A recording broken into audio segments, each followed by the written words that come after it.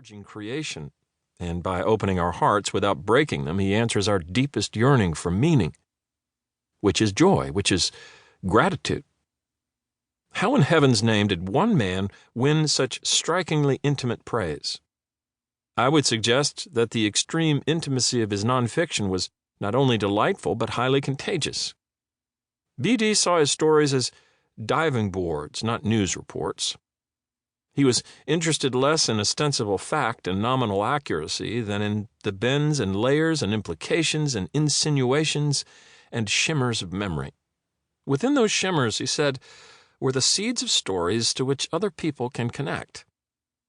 A far less subtle feature of Brian's sentence-making, when he intuited the approaching roar of a white-water rapid in his imagination, he paddled steady on, refusing to portage round even the wildest water. The prose that resulted made timid readers feel as though they'd been thrown into a kayak and sent careening down a literary equivalent of Idaho's Payette River during spring runoff. But sentences that alarm the timid by awakening them to the wilder possibilities of language are heightened, not inept. B.D. played fast and loose with sentence length, rhythms, grammar, alliteration, and diction to disburden a heart and mind burgeoning with empathy, quickness, joy, wit, and love of the sinuous, riverine, lewd, amused pop and song of the American language.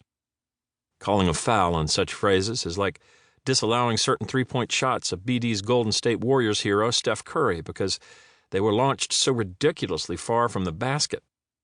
If the ball goes through the hoop, and if the sentence sings, both of them count, and I'm giving B.D. himself the last word on this matter, his 10 exclamation points included.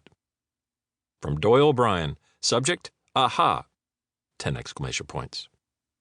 Date, January 2nd, 2015 at 11:34:43 a.m. Mountain Standard Time. To David Duncan. Have you ever paid attention to Tolstoy's language? Enormous sentences, one clause piled on top of another? Do not think this is accidental, that it is a flaw. It is art, and it is achieved through hard work. Anton Chekhov. Brian Doyle lived the pleasure of bearing daily witness to quiet glories hidden in people, places, and creatures of little or no size, renown, or commercial value, and he brought inimitably playful or soaring or aching or heartfelt language to his tellings. When he finished a non-fiction gem, he stacked it in his study until he had built up a modest but serviceable book manuscript, which he mailed off without fuss, usually to very small religious publishers. Many of B.D.'s friends, myself included, felt that by scattering his best nonfiction through 13 modest novels over the years, he prevented his nonfiction from winning the national repute it deserved. This, coupled with his financial fears for his family after his tumor was diagnosed, is why, shortly after his first devastating brain surgery, I asked B.D.'s permission to consolidate in a single volume the kind of nonfiction that earned the extreme praise I've quoted from friends, fans, and editors of magazines, with all proceeds to go to his family. Brian did not say yes. He said, "Sweet Jesus, yes. Take whatever you want and tell whatever stories you want." With that blessing in mind, I set about assembling this manuscript with 2 magnificent co-editors, the editor-in-chief of Orion magazine, H. Emerson, Chip Blake, and the writer Kathleen Katie Yale.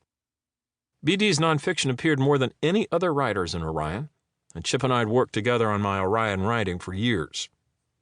Katie also worked for Orion, including on many of the B.D. pieces, and she knew his work more widely and deeply than Chip and I did, making her the perfect guide in our efforts.